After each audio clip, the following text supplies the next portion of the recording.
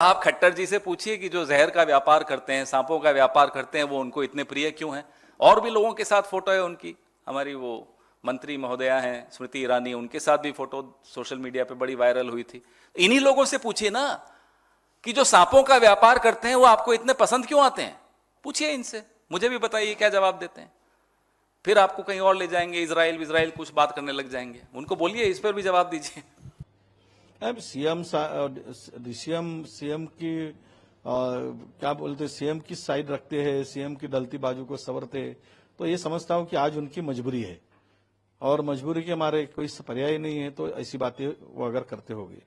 सवाल यह है कि उन्होंने इसके पहले भी महिलाओं के बारे में बहुत ही अश्लाघ्य भाषण की बात की थी और टिप्पणी भी की थी।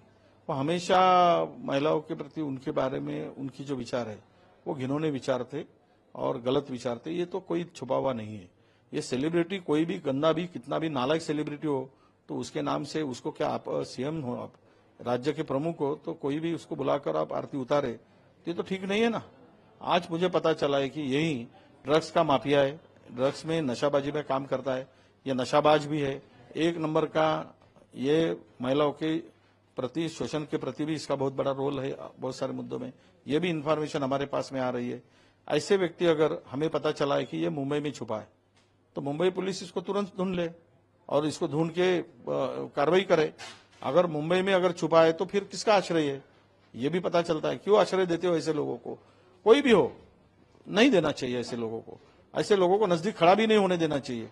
सरकार होती है, सरकार की गरिमा होती है, प्रतिमा होती है। और विशेष रूप से हमारे राज्य के सीएम जो है शिंदे जी, उनके बारे में तो हमने कभी गलत नहीं सुना था। पर ऐसे लोग जब आते हैं तो ये गलत जो बातें निकलती है, तो ऐसे लोगों को होम डिपार्टमेंट ने भी सीएम के बंगला हो, डीसीएम के बंगला हो, तो उसमें ऊपर आते वक्त इसके बारे में पता लगाकर इसको एंट्री देनी चाहिए, इसकी बैक हिस्ट्री ढूंढना चाहिए और फिर उसको एंट्री देनी चाहिए। कोई भी क्रिमिनल आएगा, बलात्कारी आएगा, खूनी आएगा और आप बोलेंगे कि वो पहले नहीं था बाद में हुआ, तो आप इससे ये कोई उत्तर नहीं होता। आपके पास में आके गया, इसीलिए ये सवाल खड़ा हुआ है। अमित शाह जी ने छत्तीसगढ़ में कहा है कि जातीय जनगणना को कोई विरोध नहीं है भाजपा का, लेकिन चुनाव होने के बाद विद इन पार्टी इस पर सोचा जाए। नहीं, देखिए, राहुल जी ने जो भूमिका स्पष्ट रखी थी कि जनगणना के बारे में कास्ट वाइज, इससे पूरे माहौल देश का बदल चुका है। ओबीसी को बड़ा आधार लग रहा है, ओबीसी का रिजर्वेशन कम है, ओबीसी के ऊपर अन्याय चल रहा है।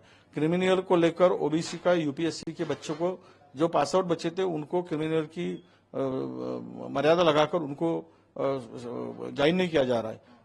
आज पिछले 2019-20 में करीबन 150 बच्चों को इसका फटका लगा है। ये सब देखते हुए कि हमारे ओबीसी का हक ये सिर जोर से आज रखने का काम राहुल जी कर रहे हैं। तो पूरे देश में ये माहौल खड़ा हुआ है, इसीलिए भारतीय जनता पार्टी डरी है। आज आपने देखा होगा कि एक माह पहले, एक 15-20 दिन पहले इस देश के पंतप्रधान जी ने कहा था कि ये जो जाति न्याय जनगणना की या कास्ट की बात होती है, इसके ऊपर हम विश्वास नहीं रखते। हमें किसी समाज या किसी की मांग को आप विश्वास नहीं रखते, ऐसी उनकी भाषा थी। राहुल जी की भूमिका तो स्पष्ट है।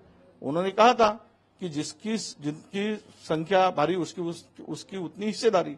जब हमारा ओबीसी का समाज बड़ा समाज है तो उनको उनके हिस्से का मिलना चाहिए। ये एक ताकत से खड़े होने का काम ओबीसी के पीछे राहुल जी ने किया। इसी से डरकर आज इनकी भावना, ये भूमिका बदल गई है।